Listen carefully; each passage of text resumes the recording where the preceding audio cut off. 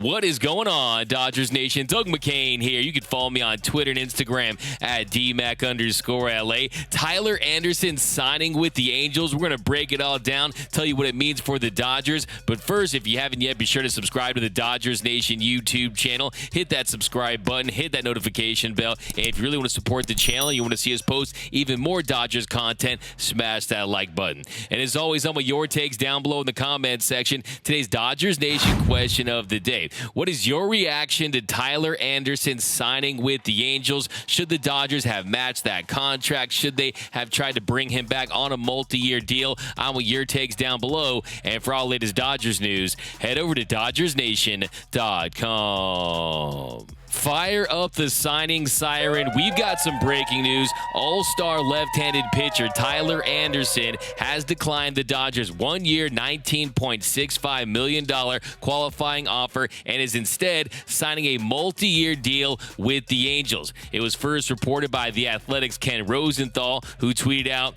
"Angels signing Tyler Anderson, sources tells The Athletic." And then after that, Jeff Passan tweeted out, "Tyler Anderson's deal is for 3 years and expected to be in the $39 million range, sources tell ESPN." He turned down the one-year, $19.65 million deal with the Dodgers to join Los Angeles. Angels will lose their second-round pick, while Dodgers get a pick after the 4th round. So first and foremost, hell must be freezing over right now because the Angels have signed a pitcher to a multi-year contract. It's the first time they've done that in 10 years. The first time they did it since they signed Joe Blanton over a decade ago. So that definitely tells you that the Angels, they're trying to compete. They're trying to show Shohei Ohtani and Mike Trout that they can spend on something other than fancy, shiny position players. And if you look at the Angels rotation, it is impressive. You got Shohei Ohtani, Tyler Anderson, Reed Detmers, Jose Suarez, Patrick Sandoval. So look, they definitely have an opportunity to put together one of the better rotations in the league. And while on paper it does look promising, Tyler Anderson doesn't come with Mark Prior and the Dodgers pitching coaching and that Dodgers magic, that Dodger dust that helped Tyler Anderson make his first All-Star team, have his best year of his career. And if you look at his numbers last season, he was terrific. He had a 2.57 ERA. He went 178 and 2/3 innings, led the Dodgers in innings pitched last season,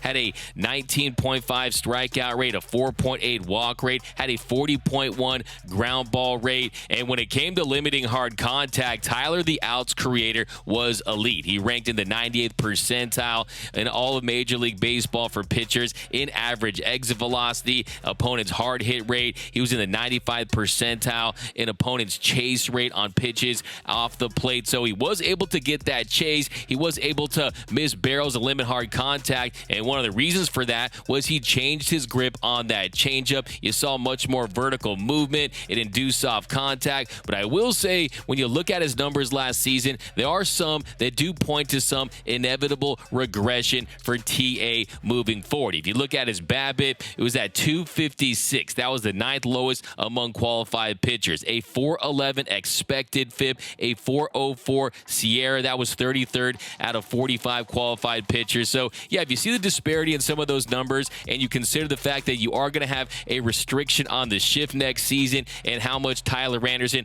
put the ball in play and pitch to contact, I definitely think you'll see those numbers normalize to closer to his career averages. But even if they do that, he has a career 109 ERA plus. So as long as he's solid at 3 years and $39 million, when you consider the needs that the Angels have as far as their rotation, I definitely think this still will turn out to be a pretty solid signing. And then also, if he does put together another really nice year where he has a sub-3 ERA, you could say that this could be a steal of a contract. But if you're the Dodgers right now, you're probably saying to yourself, hey, we'll pick up another Tyler Anderson. We'll find another guy that wants to join the Dodgers, and we'll make him wealthy in a year. We'll sign him to an $8 million deal, and we'll find the next Tyler Anderson. The Dodgers are probably thinking to themselves, well, a lot of the success that he had was due to our elite pitching coaching and development, everything that Mark Prior and Connor McGinnis bring to the table. And then also they're probably saying to themselves, at 3 years, $39 million,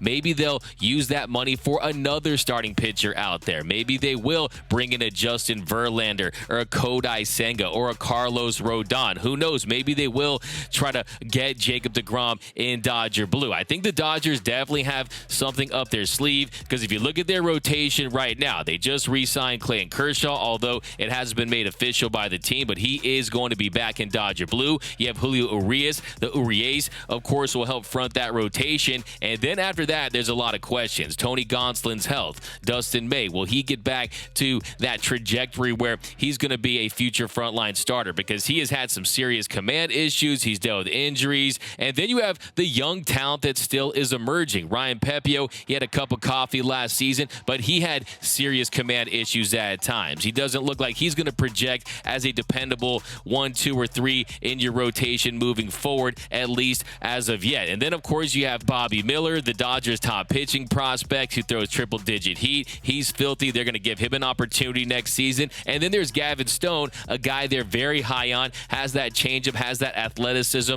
has that fastball that has increased in velocity over the years. And then, of course, you got the Michael Grove types. You got the Andre Jackson's types who they'll probably give them some opportunities. They could possibly look to deal him. I think you'll see Michael Grove get some starts next season, depending on who they pick up this offseason. And then I don't think they're going to make a strong push to bring Andrew Heaney back, but a lot of people anticipated that they would bring back Tyler Anderson. And Juan Toribio, he tweeted out that the Dodgers weren't willing to go 3 years on Tyler Anderson. So maybe they were willing to give him a 2-year deal, but not a 3-year deal. So that tells me that the Dodgers are still going to be active when it comes to acquiring starting pitching. You guys know my big white buffalo. That is Corbin Burnes. I was the first to push for a Corbin Burnes trade. I hope they try to get that done. Even a Woodruff trade, even possibly looking at a Pablo Lopez out there. But I definitely think the Dodgers need to fortify this rotation. I think as it stands right now, they have a really nice rotation, but not an elite rotation. I think they have a rotation that can stack up a lot of wins in the regular season, but not one that has a lot of proven arms right now that will play up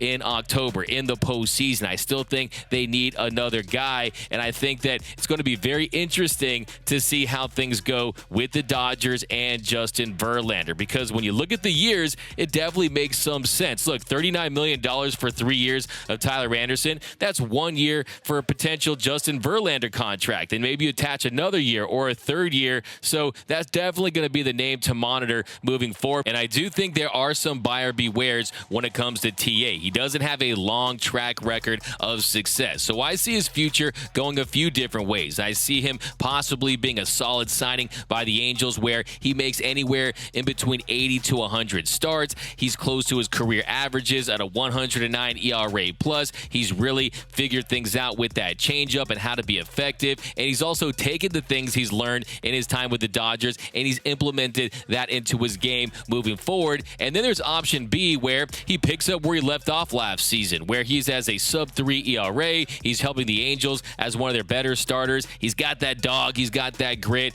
He pitches well for them, and he helps them try to keep Shohei Ohtani and keep Mike Trout happy, and maybe they are starting to build something in Anaheim. But I definitely think that he is due for some regression. I think that is what the Dodgers were looking at, and they weren't willing to go that third year. And I also think the Dodgers are involved with other pitchers around the league. Some of these free agents that we've already talked about, maybe some names have emerged as trade candidates, but I definitely think the Dodgers have something up their sleeve. They're not going to go into next year without picking up another starter or two. They're not going to just heavily rely on their young starters to emerge and be able to get the job done, because they had high hopes for Ryan Pepiot last season, and he wasn't able to be the guy that they hoped he would be. So I definitely think the Dodgers will be active when it comes to pursuing starting pitching, and it's going to be very interesting to see what they do. But yeah, the Dodgers, they definitely lost a good one in Tyler Anderson. I was hoping that they would bring him back, and for me, his value does go down when he's not in a Dodgers uniform, when he doesn't have the advantage of everything the Dodgers pitching, coaching staff, and Mark Prior and company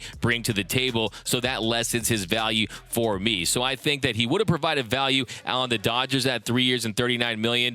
With the Angels, considering their track record and their history, I think that is an if. But still, the Dodgers move on. They'll continue to pursue other targets, and I think they were fine letting him sign with the Angels at that price. Because look, that price, the Dodgers could have easily matched it. He could be in Dodger blue, but but clearly they're going in a different direction. But let me know down below in the comments section, what are your thoughts? What's your reaction to Tyler Anderson signing with the Angels? Do you think the Dodgers will regret not bringing back Tyler Anderson? Let me know down below. My name is Doug McCain. You can follow me on Twitter and Instagram at DMac_LA. For all latest Dodgers news and rumors all off-season long, be sure to hit that subscribe button, hit that notification bell, and if you want to see us post even more Dodgers content, you really want to help the channel, smash that like button. And as always, think blue, bleed blue, and I'm out.